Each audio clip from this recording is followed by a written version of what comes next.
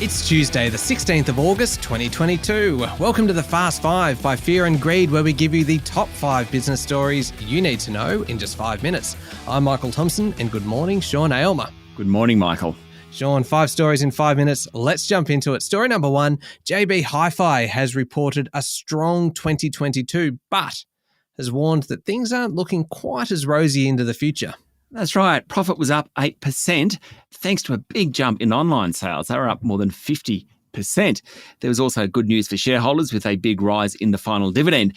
It was a record year driven by consumer electronics and home appliance sales. There was good news around supply chains, with some manufacturers, notably Samsung and LG products, becoming more available. But boss Terry Smart has warned that the outlook is somewhat shaky due to falling consumer confidence. Now, JB is the first of the major retailers to report. What it shows is that last year was a bumper 12 months for spending. July was pretty good too, but everyone is worried about what's going to happen in the future. Categories that dropped off last year included software sales as demand for movies, music and gaming fell. That reflected the ending of restrictions. Another trend is that computers and mobile phones are no longer discretionary items, they're necessities. Today, the big one is BHP.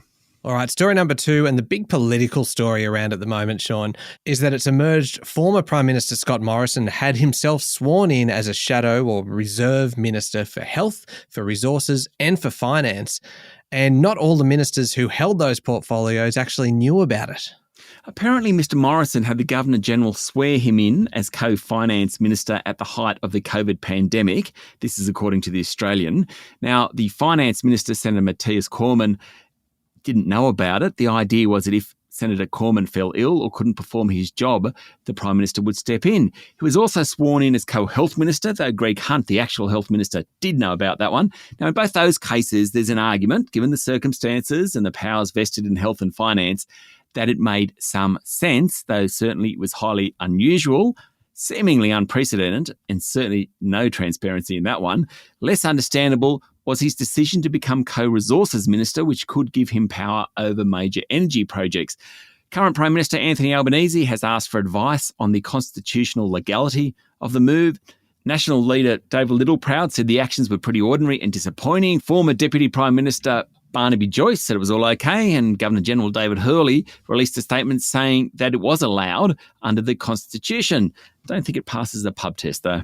No, maybe not. Story number 3, Sean. Australia's politicians, state governors and local councillors claimed 6 times as much in work-related tax deductions than the national average of all other occupations. Yeah, pretty incredible. There were 4,256 legislators who submitted tax returns in the 2020 financial year. Now, they claimed an average of nearly $9,000 in deductions. According to the Financial Review, which analysed tax office data, the national average was nowhere near $9,000, Michael. It was $1,446. After politicians, the next most prolific claimants of work-related tax deductions were surgeons and other medical practitioners, then land economists and valuers. Also in the top 10 were real estate agents, shearers, air transport professionals, and psychiatrists. Interesting. Story number 4, and if you're wondering whether CBDs are coming back to life just yet, haven't got good news for you. Retail vacancies in CBDs right around the country have risen significantly over the past 6 months, everywhere except for Sydney, that is.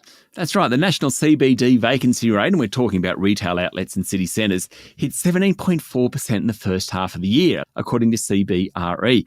Perth was highest at 28%. Think about that. That's 1 in 4 shops being closed.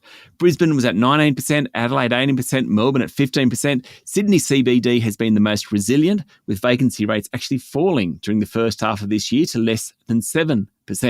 In fact, some luxury brands like Valentino, Dolce & Gabbana, Missoni and Brunello Cucinelli have taken long-term leases for flagship stores in Sydney CBD. So clearly they have faith in that city. Yeah, it seems so. Last one, story number 5, Sean. Russian President Vladimir Putin wants to expand relations with, of all countries, North Korea. Yes, well, Russia needs weapons and friends, and it has dwindling supplies of both. So Mr. Putin sent a message of congratulations to North Korea for its Liberation Day holiday. That message was reported in the media. Just that fact alone suggests that the two countries are getting closer. The message said that Russia and North Korea would continue to expand bilateral relations with common efforts. There you go. Imagine being in that grouping, Russia and North Korea. I'll pass. There we go. The top 5 business stories in 5 minutes. Thank you, Sean. Thank you, Michael. It's Tuesday, the 16th of August, 2022. Remember to hit follow on the podcast, and if 5 minutes isn't quite enough for you, you can find our longer daily show called Fear and Greed wherever you listen to podcasts. I'm Michael Thompson, and that was the Fast 5 by Fear and Greed. Have a great day.